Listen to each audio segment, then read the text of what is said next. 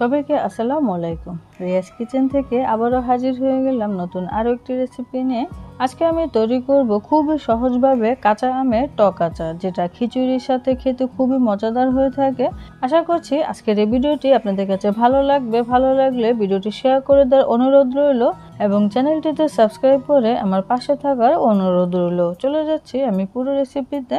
আমি এখানে 1 কেজি পরিমাণে কাঁচা আমকে ভালো করে ধুয়ে এভাবে ছোট সাইজ করে কেটে নিয়েছি। আপনারা দেখে নিশ্চয়ই বুঝতে পারছেন আমি আমের টুকরোগুলোকে কিভাবে কেটে নিয়েছি।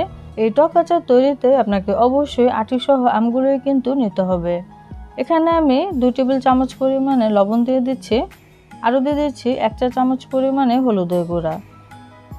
এখানে আমি 1 টেবিল চামচ পরিমাণে মরিচের গুঁড়া দিয়ে দিচ্ছি, আরও দিয়ে দিচ্ছি 2 টেবিল চামচ পরিমাণে সরিষা বাটা। আমি এখানে লাল আর কালো দোনোটাই কিন্তু বেটে নিয়েছি একসাথে, তবে আপনারা যে কোনো এক ধরনের সরিষা বাটাও ব্যবহার করতে পারেন। তো সমস্ত কিছু দিয়ে আমি আমের টুকরোগুলোকে খুবই ভালো করে মেখে নিচ্ছি, যেন প্রত্যেকটা আমের গায়ে মশলাগুলো কোট হয়ে যায়। এখন আমি একটি স্টিলের বড় প্লেটে আমগুলোকে ছড়িয়ে দেব। আমগুলোকে রোদে দেওয়ার আগে এভাবে করে সুন্দর করে বিছিয়ে দিতে হবে, যেন আমাদের আমগুলো খুবই সুন্দরভাবে শুকিয়ে যায়। এই আমগুলোকে কড়া রোদে সকাল থেকে বিকেল পর্যন্ত যদি একটানা দিয়ে দিতে পারেন, তাহলে কিন্তু আমাদের আম আচার তৈরি করার জন্য একবারে রেডি হয়ে যাবে। আমগুলো বেশি শুকানোর দরকার নেই, অতিরিক্ত শুকিয়ে গেলে আবার আমরা যখন এটাকে তেলে ভিজিয়ে রাখবো তখনও কিন্তু দেখা যাবে আমগুলো নরম হবে না, এরকম শক্তই রয়ে যাবে, বা দেখা যায় নরম হতে হতে বহু সময় লেগে যাবে। তো এমনভাবে আমি আমটা শুকিয়ে নিয়েছি, উপরে মশলাটা শুধু আমের গায়ে কোট হয়ে গেছে, আমটা কিন্তু তেমন একটা শুকিয়ে যায়নি। আপনারা দেখে নিশ্চয়ই বুঝতে পারছেন। ঠিক এইভাবে আমগুলোকে শুকিয়ে নিতে হবে। এখন আমি তেলে প্রিপারেশনটা করে নিচ্ছি। তেলটাকে আমি একটু গরম করে তেলে কাঁচা গন্ধটা দূর করে আমগুলোকে ভিজিয়ে দেব। এখানে আমি তেলের পরিমাণটা বলছি না, আপনারা আমের পরিমাণটা বুঝেই কিন্তু তেলের পরিমাণটা দিয়ে দিতে হবে। মানে আমগুলো যেন তেলের মধ্যে ডুবে থাকে সেই হিসাবে আপনাকে তেলটা ব্যবহার করতে হবে। আমি এখানে হাফ কেজির মতো সরিষার তেল ব্যবহার করেছি। এখানে আমি 9 থেকে 10টির মতো রসুনের কোয়া দিয়েছি, যেটা পরবর্তীতে খেতে কিন্তু খুবই মজার হয়ে থাকে। আরও দিয়েছি 1 চা চামচের মতো পাঁচফোড়ন এবং 7-8টির মতো শুকনো মরিচ দিয়ে এখন আমি হালকা করে ভেজে নেব।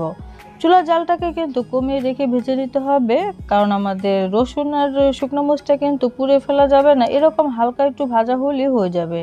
তো ফেনার কারণে দেখা যাবে না, এরকম চামচ দিয়ে উঠে আপনাকে চেক করে নিতে হবে। তো তেলের কাঁচা গন্ধটা কিন্তু চলে গিয়েছে। এখন আমি চুলাটাকে বন্ধ করে দিব, দিয়ে তেলটাকে পুরোপুরি ঠান্ডা করেই আমি আচারগুলোকে ভিজিয়ে দিব। তো তেলটা পুরোপুরি ঠান্ডা হয়ে গিয়েছে। এখন একটি কাঁচা জার নিয়েছি, জারটাকে অবশ্যই ভালো করে ধুয়ে আপনাকে একটি সুতির কাপড় দিয়ে মুছে পরিষ্কার করে নিতে হবে, যেন কোনো প্রকারের পানি না থাকে, তা না হলে কিন্তু আচার নষ্ট হয়ে যাবে। তো জারের ভেতরে আমি সবটুকু আম দিয়ে দিলাম, তারপরে সে ঠান্ডা করে রাখা সরিষার তেল দিয়ে দিচ্ছি। এই আচারে তেলের পরিমাণটা দেখে অবশ্যই বুঝতে পেরেছেন, আমের টুকরোগুলো যেন তেলের মধ্যে ডুবে থাকে সেই হিসেবে আপনাকে তেলটা ব্যবহার করতে হবে। তেল ঢালা হয়ে গেলে আমি জারের মুখটাকে আটকে দিব এবং এটাকে 8 থেকে 10 দিনের মতো আমাকে প্রতিদিনই কিন্তু রোদে দিতে হবে।